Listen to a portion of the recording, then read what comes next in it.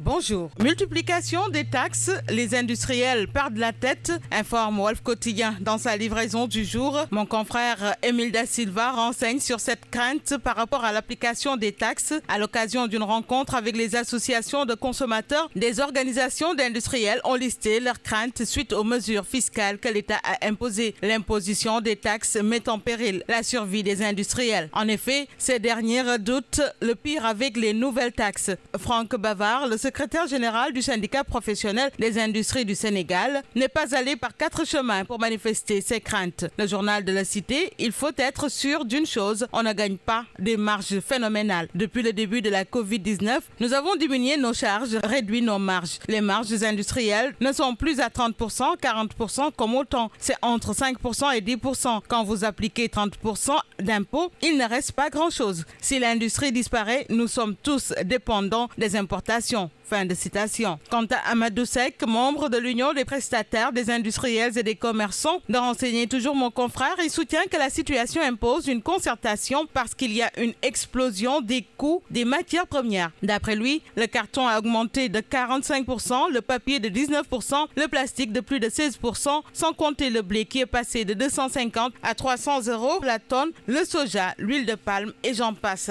Passons justement au quotidien du groupe Avenir Communication qui dans la même foulée parle économie, mais surtout cette polémique sur la pauvreté et livre les vrais chiffres de l'ANSD qui, dans son enquête harmonisée sur les conditions de vie des ménages au Sénégal, renseigne que 42,8% de pauvres ont été enregistrés en 2011, alors que l'SPSE de 2011 les établit à 46,7%. Une économie essoufflée. Dakar Times, cette fois-ci, le Sénégal est aujourd'hui dans une posture d'une économie hautement délicate, notent mes confrères. Et nous parlons de tout à fait autre chose avec Sud Quotidien lié à ce trafic de faux billets de banque, impôts impayés, trafic supposé de passeports diplomatiques. Ces députés hors la loi, renseigne le journal qui cite professeur Moussa Diaw qui invite à revoir le modèle actuel d'élection des députés. La 12e législature de toutes les saletés et niaiseries, renseigne cette fois-ci l'exclusif faisant allusion à ce trafic de passeports diplomatiques, faux billets, viols, querelles de Borne-Fontaine au Parlement. Pendant ce temps, l'Observateur livre les dessous politiques de l'affaire Biaï et Sall, traduction en justice des députés impliqués dans le présumé trafic de passeports diplomatiques, la libye de la clôture de la session, la piste de la démission et la possible convocation d'une session extraordinaire. Affaire Condé et compagnie, grosse découverte de la DIC,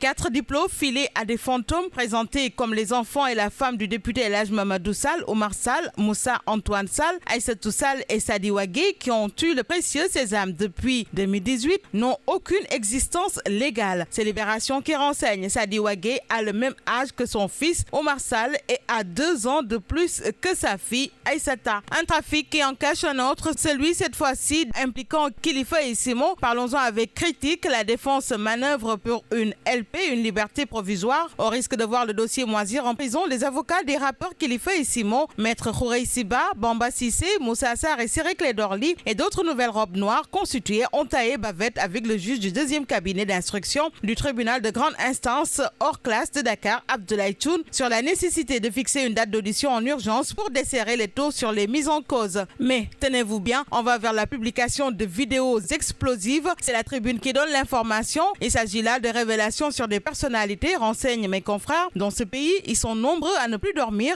Une panique générale et généralisée, des menaces qui démontrent un malaise social, familles disloquées, carrières brisées. Et nous parlons politique avec la gestion des collectivités locales par Benno Bokk Yakaar dans 24 heures de croix, sa colère, son appel. La course aux investitures lancée, Source A informe de l'installation des comités électoraux et départementaux de Yewwi Askan Wi le 24 septembre, délai de rigueur pour l'installation des comités électoraux. Les communes et les départements vont ensuite désigner leurs candidats à la base. Pendant ce temps, dans l'info, Mamadou Kassé assène ses vérités par rapport aux investitures, candidature à la mairie de Tamba, opposition. Passons au quotidien Le Témoin, où le secrétaire général du gouvernement suspend les concours directs des cycles A et B. La faute lourde de l'ENA. Le quotidien LAS ouvre sur la commune de Diass, qui constitue l'épicentre de la spoliation foncière, tandis que Le Soleil renseigne sur la baisse des contaminations et des décès liés à la Covid-19, la nouvelle courbe de l'espoir. Histoire du nouvel hôpital de Touba, Cheikh Ahmadoul Khadim, la vérité des faits de titrer Direct News,